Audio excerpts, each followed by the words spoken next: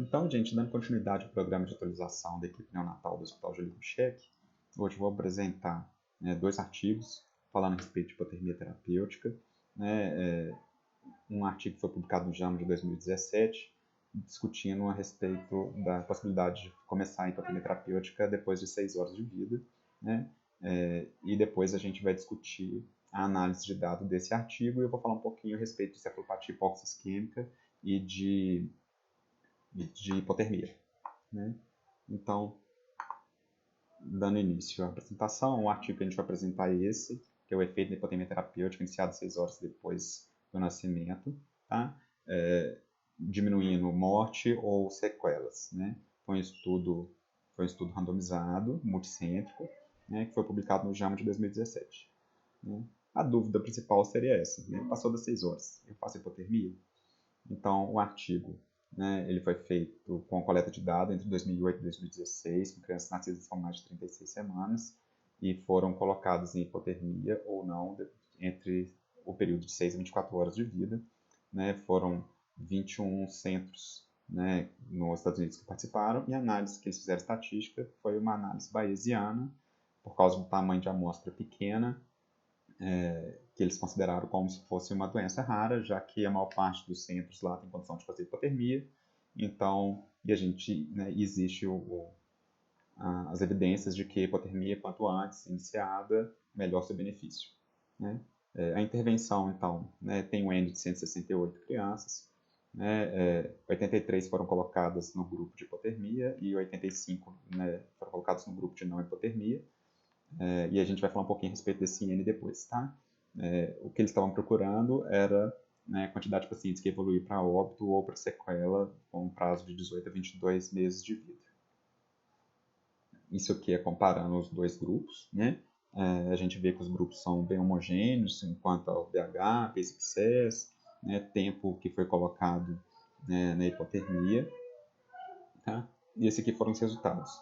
Antes da gente falar dos resultados, eu vou falar um pouquinho da análise estatística, porque eu acho importante a gente frisar o que eles fizeram. O que acontece? A gente tem dois tipos de estatística. A gente tem estatística descritiva e inferencial. A estatística descritiva ela é direta. Então, numa sala de 10 pessoas, se 7 tem caneta, 70% da sala tem caneta. É o dado direto. Já a estatística inferencial, você presume alguma coisa através do seu dado. Então, se você tem uma sala de 10 pessoas e 7 tem caneta, você presume que se tivessem 20 pessoas na sala, 14 teriam caneta, 70%. Então, você infere alguma coisa a respeito do dado que você tem. E na estatística inferencial, ela pode ser a clássica, como eu descrevi, mas ela pode ser bayesiana.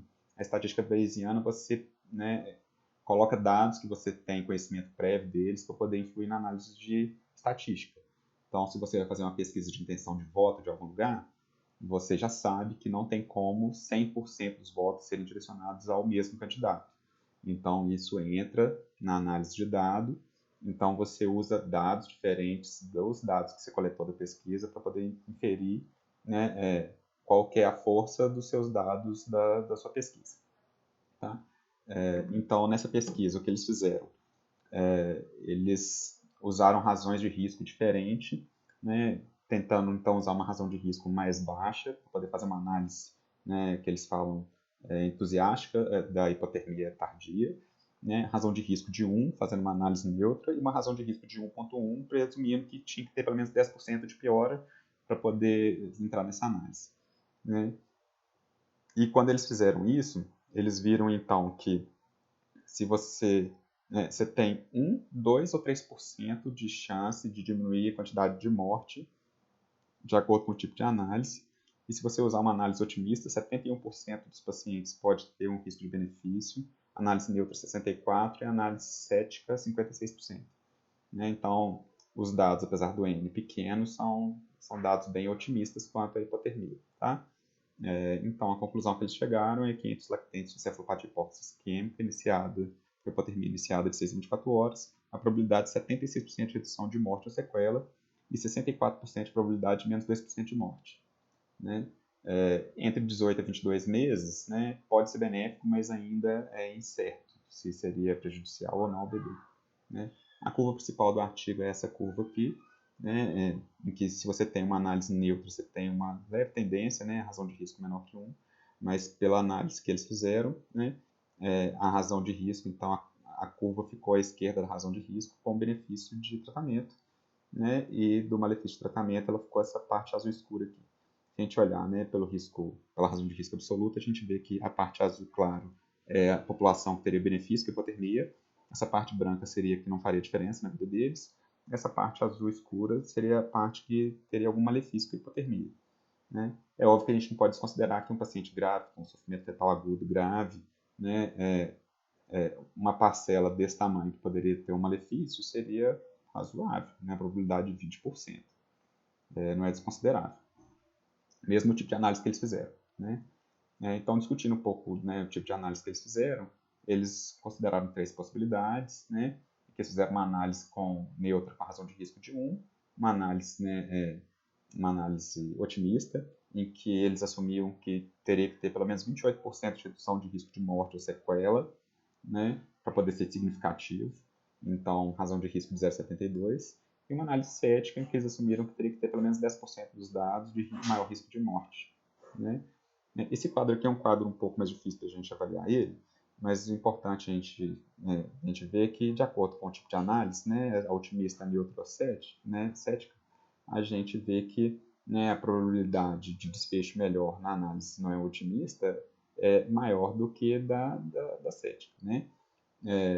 Então, a possibilidade, né, de diminuir morte, né, a análise otimista é 89% contra 67%, a gente vê que, de acordo com o jeito que você analisa, você consegue, né, chegar mais perto do seu objetivo ou não. Né? Isso assumindo, obviamente, que não teria jeito de fazer uma pesquisa com N maior.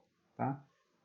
Então, a conclusão foi aquela que a gente falou, que, né, você tem 76% de probabilidade de redução de morte ou sequela, que é um valor considerável. Então, vindo de uma revista, né, importante, com um estudo que é o tipo de estudo adequado para avaliação de tratamento, que é um estudo randomizado, né, um ensaio clínico randomizado, prospectivo, eu acho que isso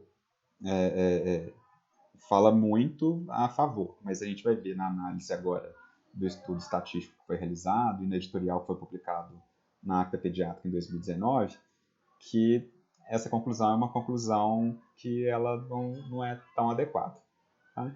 Então, o artigo que a gente vai discutir agora é por que os resultados de uma análise bayesiana do ensaio clínico, que parecem ser fortes, né, só que de amostras pequenas, pode levar a uma conclusão inadequada de algum fator importante. Tá? Aqui está a referência bibliográfica. Então, a discussão dos resultados elas começam da seguinte forma. O que eles falam no editorial é que eles concordam que realmente doenças, né, que são pouco comuns, você vai ter um N baixo. Se você tem um N pequeno, você não vai conseguir, né, às vezes, ter um P de 0,05 e na maior parte das avaliações que você vai fazer. Então, você alonga, né, esse intervalo de significância. Então, às vezes, você tem que usar um P de 0,10, um P de 0,15. Então, uma porcentagem menor daquela população que você estuda precisa apresentar aquela alteração ou benefício ao tratamento, para você considerar que ele é significativo, né, visto que você não vai conseguir uma amostragem maior para poder ter um valor estatístico melhor. Né? E essa curva aqui, ela foi muito interessante, porque ela contradiz o que disse o primeiro artigo. O primeiro artigo ele tinha 85 crianças no grupo que foram não sofreram hipotermia e 83 que tiveram hipotermia. Então, os autores desse artigo, desse editorial, eles fizeram o seguinte, eles simplesmente pegaram esses duas crianças a mais que tinham no grupo da não hipotermia, né, presumiram que elas tiveram resultado negativo e transferiram ela para o grupo da hipotermia e refizeram a análise estatística. E o que eles acharam foi o seguinte, né, a análise estatística que a gente já viu antes, a curva ela tende a razão de risco, né, menor que 1, favorecendo a hipotermia. E se você muda só 2 pacientes de um grupo para o outro, né, a curva ela vem para o 1. Então, você, né, já presume que a hipotermia ela não vai ser benéfica, né, que não faz diferença você fazer hipotermia nesses pacientes. Então, isso torna toda a avaliação do primeiro artigo, né, a gente vai questionar, né, é tudo questionável, porque se você presume que 2 pacientes, né, de toda a amostra, né, tendo um resultado diferente, você vai dar completamente a avaliação né, estatística e o resultado do estudo, então isso diminui muito a força desse estudo, né? Então a conclusão que a gente chegava que a hipotermia para crianças maiores de 6 horas de vida poderia ser benéfica, ela já não é tão real mais, né? Se a gente for avaliar a fisiopatologia, né, a fisiopatologia já sugeriria que a hipotermia depois de 6 horas também já não seria benéfica, porque você já está tendo a descarga neurotóxica, então, né, já teria acabado já aquele período de latência, né, da lesão neuronal. Tá? Então, qual é a conclusão que a gente chegou? A gente chegou à conclusão que nem tudo que brilha é ouro, né? Um estudo bem feito, multicêntrico, randomizado, publicado no JAMA, né, que tem uma conclusão, né, importante, ele perde força se você muda, né, uma vírgula na análise estatística. Então, a gente tem que tomar cuidado, às vezes, na hora que a gente traça nossas condutas e na hora que a gente traça nossos protocolos, né, de usarem estudos que têm, né, uma força maior, né, e lembrar que o método científico ele exige a reprodutibilidade dos dados, né? Nesse estudo não tem como você fazer a reprodutibilidade dos dados, que provavelmente uma próxima avaliação, né, pode ter dados, né, com pouquíssima diferença de N, vão chegar a dados muito diferentes. Tá? Um resumo rápido, então, de cefalopatia hipoxia-isquêmica. Asfixia perinatal é a falta de oxigênio tecidual por hipóxia ou isquemia logo antes ou durante o parto. Né? A acidência de asfixia perinatal é diretamente relacionada à qualidade da assistência obstétrica antes e durante o parto. Então, a gente percebe que locais em que os obstetras são bem treinados e o pré-natal é bem feito, a incidência de asfixia é menor, né? Aqui no Júlio Kubitschek a gente está tendo uma incidência de asfixia perinatal muito baixa, a equipe da obstetrícia está bem empenhada em evitar esse tipo de situação e a gente consegue resultados muito bons. Né? A definição, né, dos sinais compatíveis com a lesão isquêmica perinatal pelo Colégio Americano de Obstetrícia seria APGA, né, menor de 5 com 5 minutos, né, acidemia, né, de artéria umbilical, né, com pH menor que 7, Bayes maior que 12, exame de imagem de ressonância com alteração de hipoxia-isquemia e falência de múltiplos órgãos. Né? Não são os dados que a gente usa para poder iniciar a hipotermia terapêutica, né, aqui no Brasil, no Júlio Kubitschek.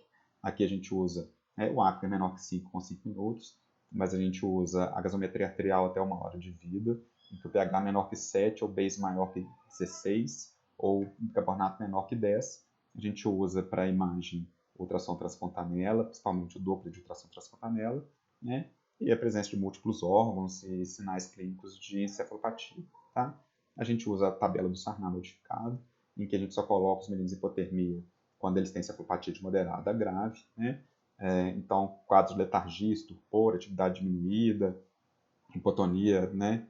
Convulsões, são os quadros que vão entrar já na encefalopatia moderada a grave. Quadros de irritação pura e simples, normalmente eles não entram nessa avaliação.